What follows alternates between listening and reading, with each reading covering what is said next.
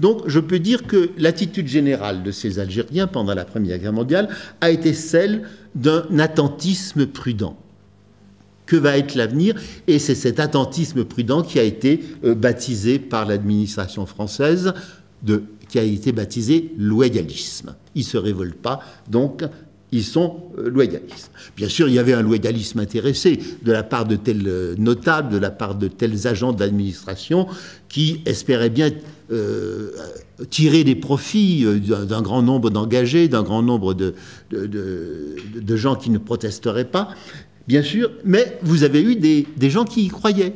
Je donne un exemple que je connais assez bien, j'ai étudié les archives là-dedans.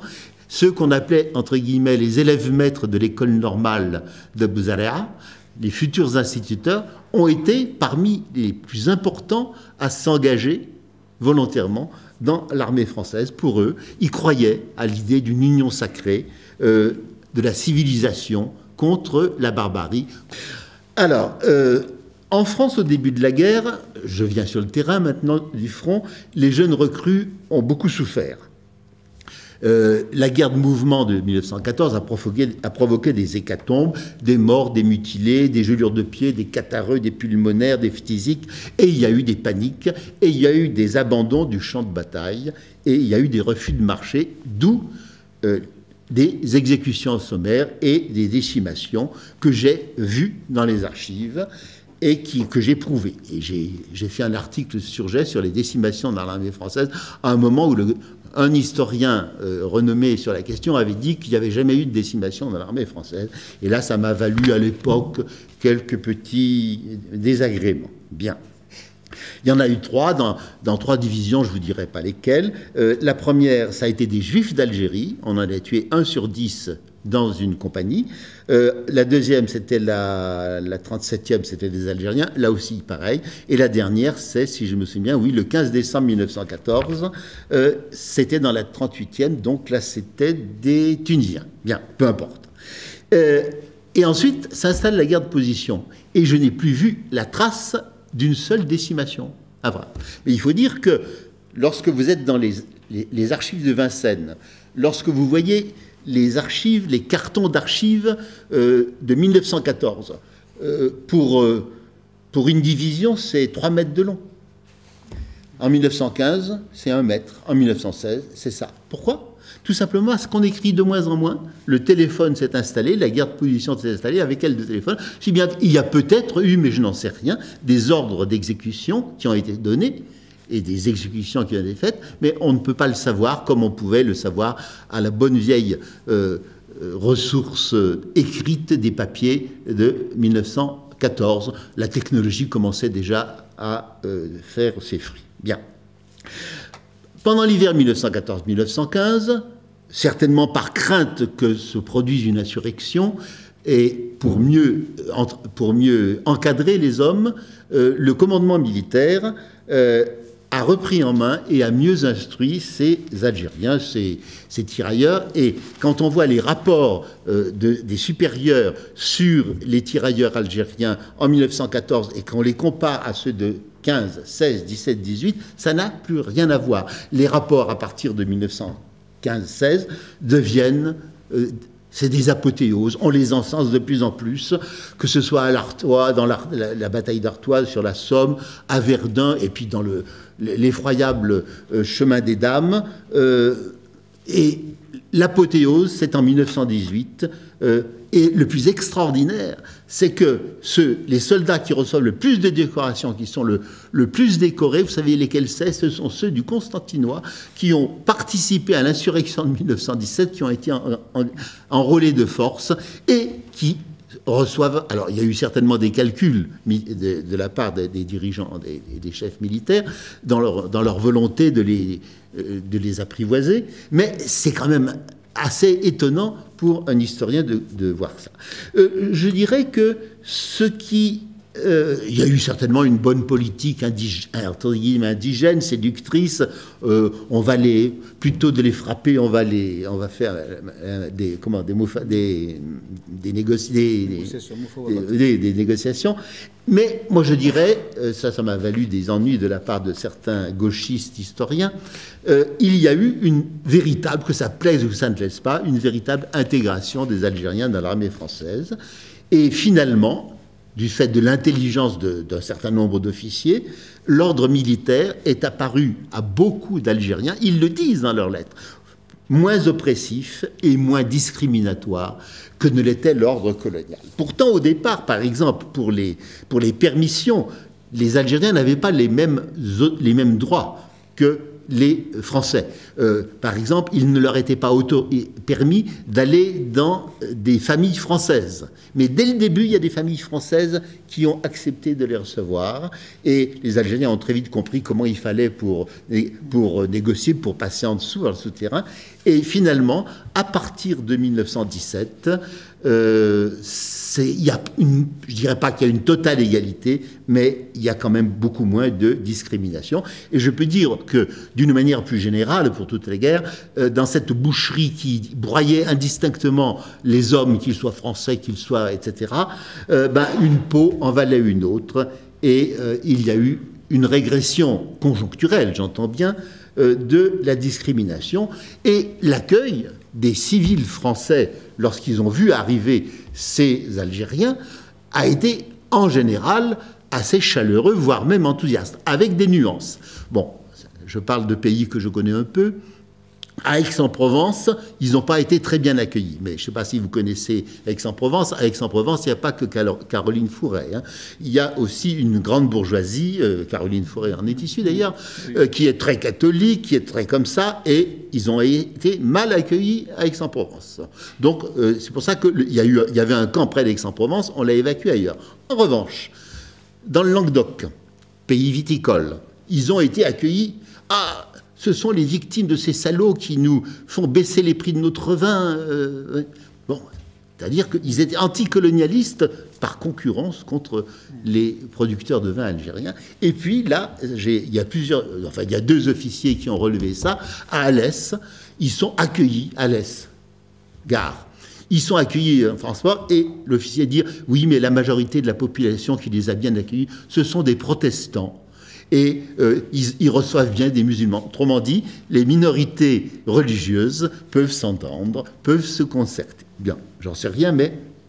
Et puis il y a eu aussi, du fait de l'astuce d'un certain nombre d'officiers, le fait que l'esprit de corps militaire ont fait qu'il y a eu une sorte de transposition de l'ordre clanique à l'ordre régimentaire. Et beaucoup de colonels, qui n'étaient pas des imbéciles, ont pu fournir aux Algériens l'image séduisante d'un colonel qui se conduisait comme un chef clanique, comme un chef tribal, comme un caïd gentil, et qui les apprivoisait convenablement. Bien.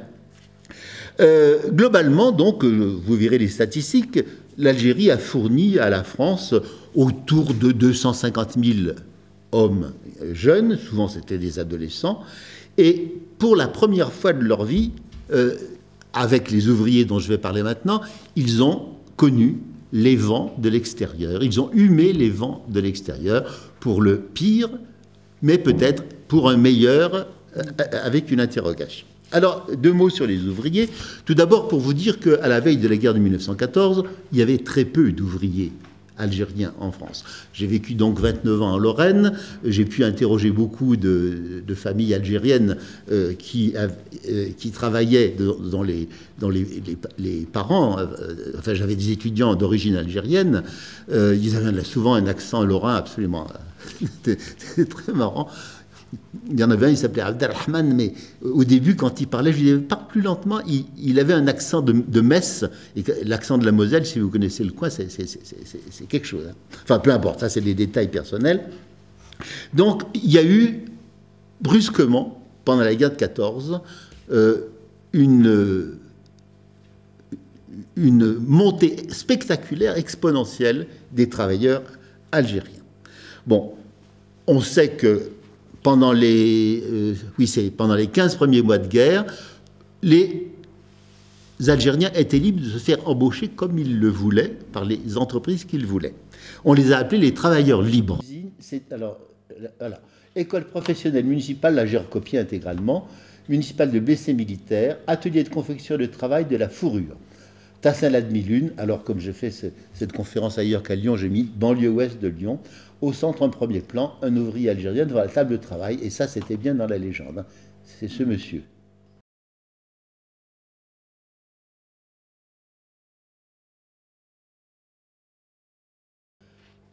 Les verreries de la Mulatière à Lyon. Alors j'ai mis Confluence Rhône-Saône parce que comme je vais faire ça à Besançon, un jeune ouvrier algérien, il est à main droite. Il est à droite. Il a quoi? 18 ans, non? 18, 19 ans, 20 ans. 20 ans? 18, 20 ans, je sais pas. En tout cas, lui, il est habillé. Du point de vue habit, il est intégré. Hein. Il est intégré.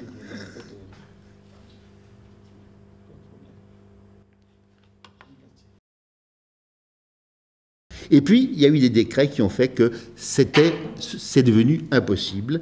Et il y a eu toujours des travailleurs clandestins, mais on les a appelés ceux qui ne sont pas les recrutés administratifs. Les recrutés administratifs, c'était ceux qui étaient recrutés sous la direction de l'armée qui venait prendre son lot dans les tribus qu'on lui avait conseillé de visiter. Bien.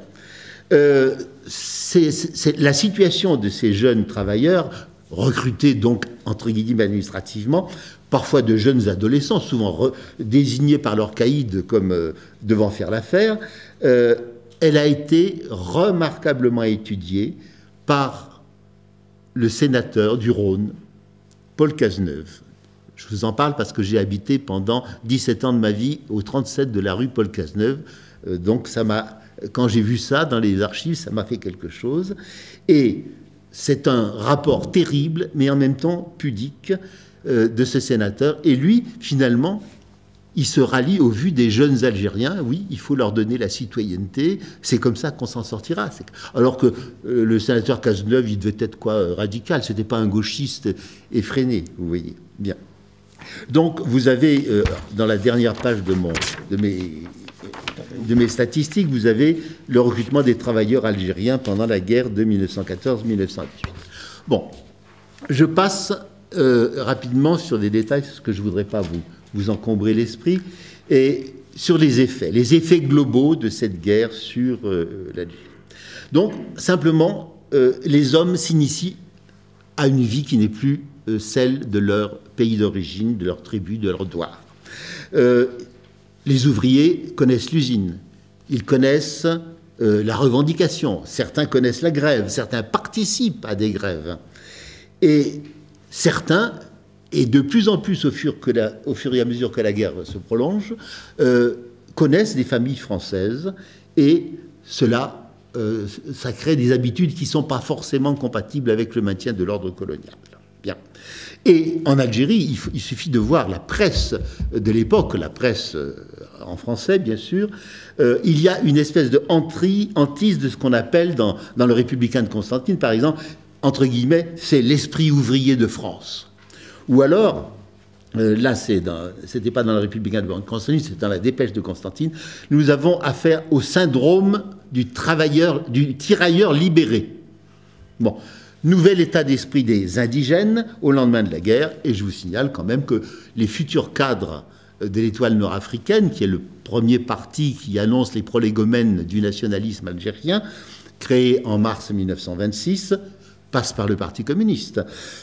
Par exemple, Hadj Ali Abdelkader, qui crée l'Étoile nord-africaine dans le giron communiste, tout le monde le sait, en mars 1926, ou Messaleh Hadj, qui reprend en main l'Étoile nord-africaine puis après, eux sont tous passés par le Parti communiste, Messaleh un peu moins qu'Hadj Ali Abdelkader, mais Hadj Ali Abdelkader était un cadre du comité directeur du Parti communiste. Ça, on l'oublie assez souvent.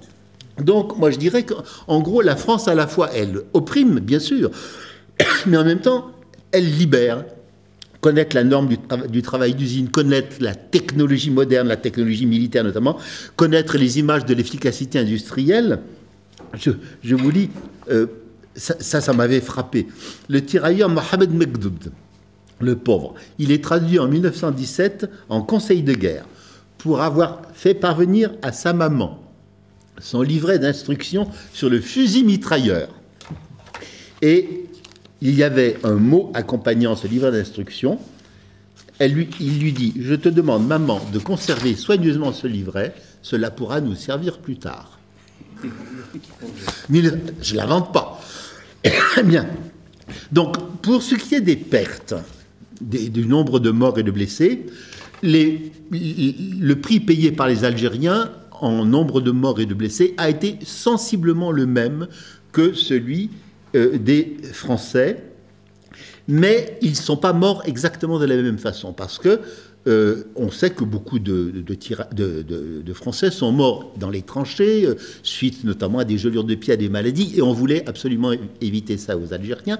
Et les Algériens avaient été désignés par la direction militaire comme étant des troupes de combat, des troupes d'assaut. Donc on les faisait donner pour les assauts.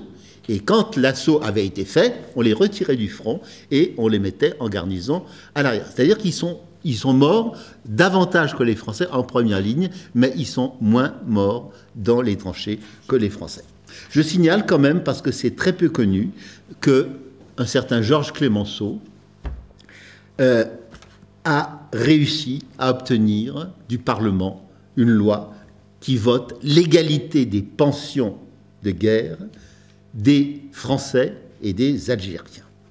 Je le sais parce que tout le monde le savait à Constantine à l'époque. Il y a eu une délégation, il y avait Morino de Constantine, qui sont lui dire, enfin, vous ne pouvez pas donner les mêmes pensions à des indigènes, c'est pas possible. Et d'après des oreilles indiscrètes que j'ai entendues, Clemenceau n'aurait rien dit, il les aurait laissés parler, et il les aurait conduits à la porte, il aurait ouvert la porte et il aurait dit « Messieurs, la sortie est ici, messieurs, je vous en... » Bon. Alors, est-ce que c'est vrai? En tout cas, à Constantine, beaucoup de vieux tirailleurs savaient ça. Et Clemenceau, pour les gens de cette époque, c'était une espèce de dieu. Alors, en France, l'image de ceux qu'on appelait les turcos, les tirailleurs, on les appelait les turcos, ça vient du turc, elle a été plutôt sympathique, mais avec des stéréotypes qui ne sont pas les mêmes que les stéréotypes racistes visant les Noirs, les Africains noirs. Il y a d'autres travaux sur les Africains noirs dont on pourrait parler, mais c'est sûr que l'Algérien, pour le stéréotype, c'était un guerrier essentiel, et il fallait quand même contenir un petit peu ces débordements extra-guerriers. Hein. Il fallait quand même pas qu'il touche trop aux dames françaises, parce qu'on ne sait jamais. Et je me rappelle, voilà. Donc ils étaient vus comme des sous-prolétaires loqueteux, et mais souvent désorientés, et qui étaient, je cite, avides de femmes françaises, dangereux chevaliers de la tuberculose et de la vérole. Fin de cite. Ça ne s'invente pas. Donc, il y a eu un ancrage de stéréotypes à la fois dévalorisants, mais valorisants. C'est des vrais guerriers, c'est des grands guerriers, et en même temps, vérole, enfin, bien. Et alors, ceci dit, même intégrés dans l'armée française, les Algériens n'ont perdu leur sens critique que provisoirement. Ils n'ont pas perdu leur algérianité au sens où la patrie absente, ils en ont éprouvé un regret, et c'est peut-être bien par l'absence de la patrie que a commencé à se construire une algérianité. Parmi les transformations, avant la guerre, l'école française, vous savez que c'était vraiment très peu de choses. 5% d'enfants scolarisés en 1914. Moins de 15% en 1954, autour de 10% en 1939. Eh bien, alors que, avant la guerre, on le sait parce qu'il y a eu une thèse sur ce sujet, même s'il y avait très peu d'écoles, il fallait souvent tirer les enfants pour qu'ils y aillent. Ils refusaient d'y aller parce qu'ils ne voulaient pas être on disait moutourni au rang des... Je ne sais plus, comment on dit ça? Naturalisé? Non, pas naturalisé, des moutourni, qui a tourné kazakh. Oui, on disait à Constantine Zegaouri. Gauri. Oui, ça vient de kafir, à mon avis. Kafir, C'est du turc, c'est des apostats, enfin, je ne sais pas bien comment on traduit. Non, pas apostats, des mécréants. Voilà, c'est ça. Bien. Alors qu'après la guerre, c'est exactement le contraire. C'est-à-dire que l'école française a gagné la donne. Vous avez, alors qu'on a promis à des gens que dans tel douar, il y aurait une école, il n'y en a pas eu, il y a eu des manifestations dans les années 20 où les gens disaient « Nous voulons des écoles en français ». Donc c'est extrêmement différent. Mais en même temps, les ulémas aussi gagnent du terrain. Les deux, parallèlement. L'association des ulémas musulmans algériens qui sera créée, vous le savez, par Cheikh Ben Badis en 1931, elle a un terreau sur lequel elle peut, dans le Constantinois notamment, travailler. Mais dans le Constantinois, il y a eu aussi des gens qui réclamaient des écoles françaises. On peut faire deux choses, on peut être deux choses à la fois. Et enfin, il y a eu de réelles attirances, notamment pour le mouvement ouvrier, pour le milieu des travailleurs en France. Lorsque l'émir Khaled, le petit-fils de l'émir, un des X petit-fils d'Abqad, est venu en France lorsqu'il a démissionné de l'armée française en 1919, il a réussi à imposer sa démission. Il a été accueilli, il faut voir comment, par des ouvriers français qui étaient, certains étaient communistes, d'autres ne l'étaient pas. Il a littéralement triomphé, j'aurai peut-être l'occasion de vous en reparler en épilogue, en juillet 1924 à Paris. Bon. Or, après la disparition de l'émir Khaled, je vais vous en parler tout de suite, puisque l'émir Khaled, il a été élu délégué financier en 1920, c'est-à-dire c'était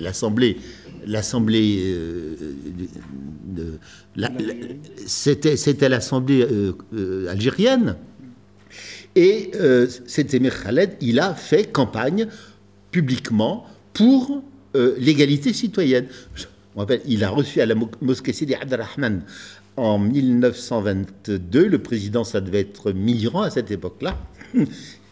Et le président, avant d'entrer dans la mosquée, il avait enlevé ses... Bon, comme tout le monde. Et il lui a dit, Monsieur le Président, je suis heureux de vous accueillir chez nous. Alors que Mitterrand disait, l'Algérie et la France, je suis chez moi. Ça a provoqué des petites valses hésitations. Bien. Et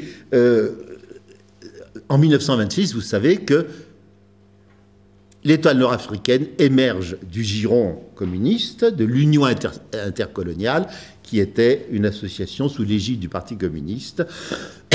C'est elle qui avait fondé, en 1921 ou 22, je ne sais plus, le journal Le Paria, animé par des gens que vous connaissez peut-être, comme Lamine Senghor, le Sénégalais, ou Ho Chi Minh aussi, le Vietnamien.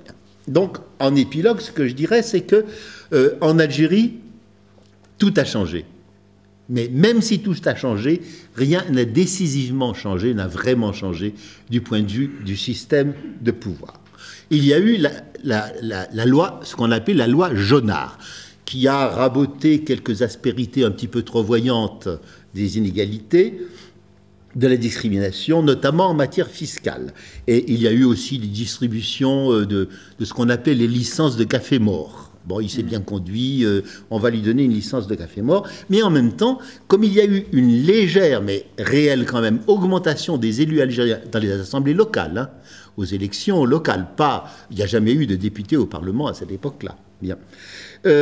Pour la première fois, les Algériens ont commencé à prendre en main ce qu'était une campagne électorale, ce qu'étaient des meetings, ce qu'étaient des discours publics.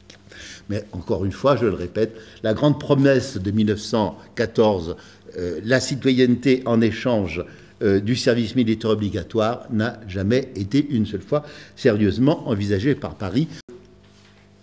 En août 1920, la Chambre des députés reconduit, la Chambre Bleu Horizon, reconduit le Code de l'indigénat, qui avait été suspendu en 1914.